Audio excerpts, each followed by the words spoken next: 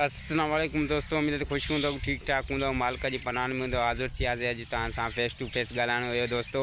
छो त तव्हांखे हिकु वॾी ख़बर ॾियणी हुई दोस्तों। रियासत ड्रामे जे बारे में तव्हांखे अॼु ॻाल्हि ॿोल करे ॿुधाईंदासीं त रियासत ड्रामो आख़िर शो बंदि थी वियो आहे, आख़िर केॾी महिल हुनजी शूटिंग स्टार्ट थींदी, छा थींदो छा न थींदो त दोस्तों हिन वीडियो में तव्हांखे ॿुधाईंदासीं। बहरहाल जे असांजे चैनल ते न्यू आहे त सब्सक्राइब करे हाल ते क्लिक कंदा दोस्तों, जीअं साथ हलंदो रहे, लाट भरंदी रहे। तो तव्हांखे इंतज़ारु कोन था करायूं, हलूं था पंहिंजी अपडेट की तरफ़। तो जेको आहे त रियासत ड्रामो KTN जो ड्रामो आहे, जेको नूर ज़हूर जो लिखियलु आहे, फरज़ल मलिक जी खजू जी जेको डायरेक्शन में आहे दोस्तों। तो बेहतरीन तरीक़े सां खजू साहब हिन ड्रामे खे निभाईंदो ऐं तक़रीबन जेको आहे त हिन जी शूटिंग जेका शुरू थियण वारी आहे दोस्तों।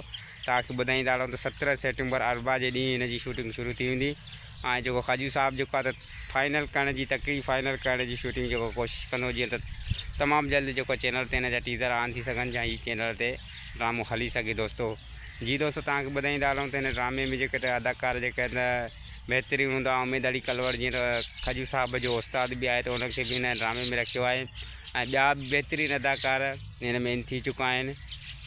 जीअं हिन ड्रामे जी शूट शुरू थी त रहियल अदाकार जेके हिन में इन थींदा त उहे बि इन थी वेंदा दोस्तों। ऐं तव्हां सां हिकु नई वीडियो में मिलंदासीं दोस्तों। फ़िलहाल तव्हांखे इहो ॾिसियो त कल्ह असां पोस्ट बि लॻाईसीं त हिन ड्रामे जी जेका शूटिंग आहे 17 सितंबर ते शुरू थींदी दोस्तों। त 17 सितंबर जेको आहे त अरबा जो ॾींहुं आहे, जीअं त अॼु जेको आहे त 15 सितंबर आहे दोस्तों। त सुभाणे न ॿिए ॾींहुं जेका त हिन जी शूट शुरू थी वेंदी ऐं खजू साहब जेको आहे त हिनखे बहितरीन तरीक़े सां ड्रामे खे निभाईंदो ऐं पंहिंजी एंड ते पहुचाईंदो।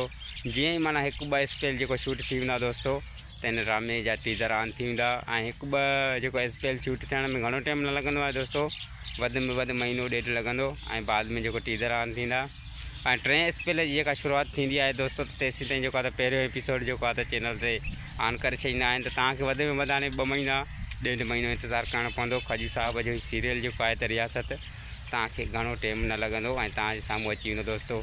बस जी दोस्तों, तव्हांखे इहो ई ॿुधाइणो हुयो त शूट जेको शुरू थी वेंदी हाणे 17 सितंबर ते। जीअं त खजू साहब पंहिंजो बयानु हुयो, पंहिंजी ID ते फेसबुक जी ते लाइव ईंदो आहे ऐं पंहिंजा बयान ॾींदो आहे। ऐं असां चवंदा तव्हां दोस्तनि खे बि ॿुधायूं त हिन ड्रामे जी शूट कॾहिं शुरू आहे या कहिड़े हिसाब सां माना हिनखे अॻिते वधाए वेंदो।